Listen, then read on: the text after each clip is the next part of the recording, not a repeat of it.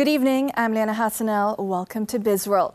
The government intends to implement the targeted subsidy mechanism as soon as possible. However, according to Prime Minister Datuk Sri Anwar Ibrahim, the formulation of such a mechanism, including those for diesel and raw 95 petrol, is not easy and quite complex. Actually, there's a team working on it now. There have been some proposals, but we're not very convinced in terms of its effectiveness during implementation. Very complex. Unlike electricity, you know the house, you know the factory, so it's okay. But the diesel is difficult. Okay, the car, but sometimes the driver, sometimes it's difficult. Sometimes they can take from a small car and then pass on to the big car. He added that the implementation of targeted subsidies aims to ensure that only deserving individuals can benefit from it. The Prime Minister previously said it was unreasonable for the government to continue giving subsidies, such as in the cost of performing Hajj and electricity for the T20 group. Last month, Deputy Finance Minister Datuk Ahmad Maslan also said that the establishment of mechanisms for targeted subsidies is already 75% complete. And the results of discussions involving various committees will be presented to the Cabinet before any further decisions are finalised.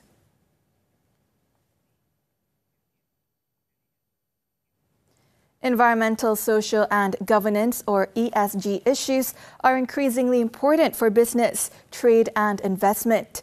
According to Natural Resources, Environment and Climate Change Minister Nik Nazmi Nik Ahmad, countries that can successfully make the energy transition and master ESG, as well as green tech, will get ahead, while those that do not will be left behind. Consumers in both developed and developing nations now care a great deal about the real cost in resources and nature in their choice of products and services. He added that Malaysia would require an investment of 637 billion ringgit up to 2050 to increase the renewable energy capacity. The country is currently still relying heavily on fossil fuels such as coal and natural gas. Highway users will be able to pay their tolls using debit and credit cards or e-wallet at 12 highways starting September. Works Minister Datuk Sri Alexander Nantalinggi added that the transition towards the multi-lane fast flow is expected to be completed by end 2024. Open payment system basically means you no longer just dedicated to one or two e-wallet, if you like. Like for instance, if I were to mention, all along it's always touch and go. When we say open payment system, now we're going to accept credit cards. He was met after the official launch of the second phase of Sungai Besi Ulu Klang Elevated Expressway, Suka, at Alam Damai Plaza in Cheras. The second phase of the Suka Expressway involved the remaining 7.8 kilometres of the main line, starting from Sri Petaling, the Shah Alam Expressway, to the Cheras Kajang interchange. This plaza will be toll-free for a fortnight from midnight until June 29th.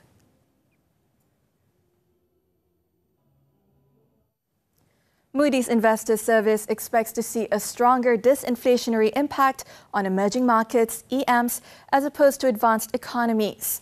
This amid the softening in food and energy prices, coupled with the strengthening of EMs currencies against the US dollar compared to last year. The Asia-Pacific APAC region generally have lower levels of inflation, with rates in the low single digits, and the credit rating agency expects them to stay at these relatively low levels through 2024. China, Malaysia and Thailand in particular stand out, where the firm forecasts year-end inflation of 2%, 3% and 2.8% respectively in 2023. It also said that Malaysia inflation expectations remain relatively in check after having peaked at 4.7% in August 2022, thanks to the central bank's proactive response to global inflationary pressures.